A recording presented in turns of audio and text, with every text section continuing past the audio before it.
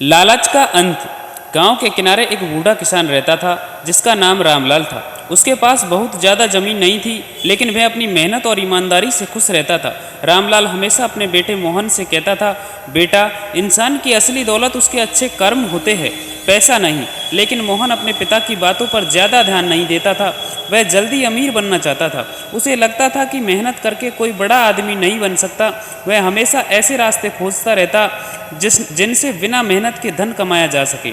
एक दिन मोहन जंगल से गुजर रहा था, तभी उसे एक पुराना संदूक दिखाई दिया। उसने उत्सुकता से उसे खोला तो अंदर सोने के सिक्के चमक रहे थे। मोहन की आंखें खुशी से चमक उठी। उसने जल्दी जल्दी सारे सिक्के अपनी थैली में भर लिए और घर लौट आया।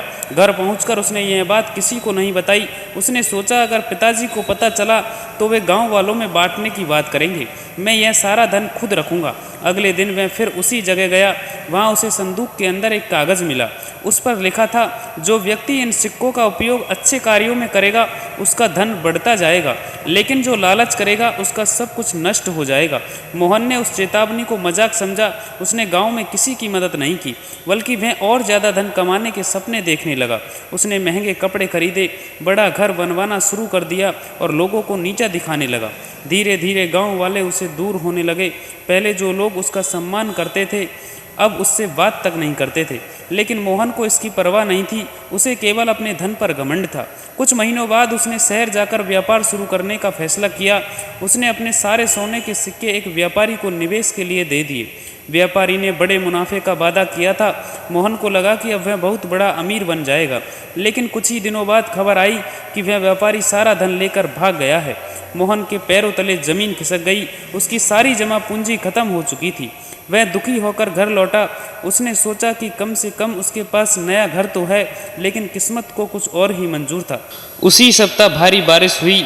आधा बना हुआ घर कमजोर निर्माण के कारण गिर गया। मोहन को बड़ा नुकसान हुआ। अब उसके पास न धन बचा था और न ही कोई सहारा। जब वह पूरी तरह टूट चुका था तब उसके पिता रामलाल उसके पास आए। उन्होंने कहा, बेटा, धन खो जाना सबसे बड़ा नुकसान नहीं होता।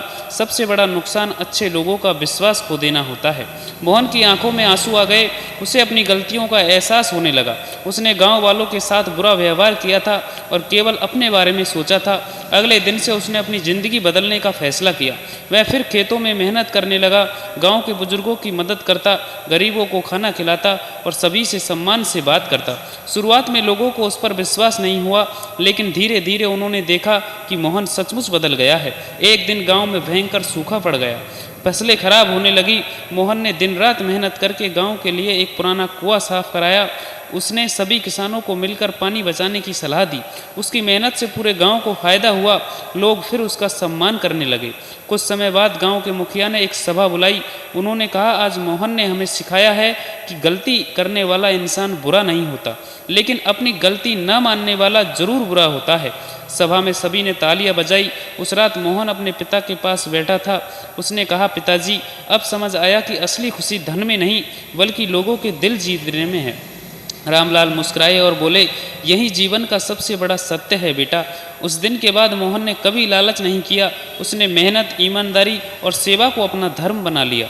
धीरे धीरे उसकी आर्थिक स्थिति भी सुधर गई, लेकिन अब उसे धन का घमंड नहीं था।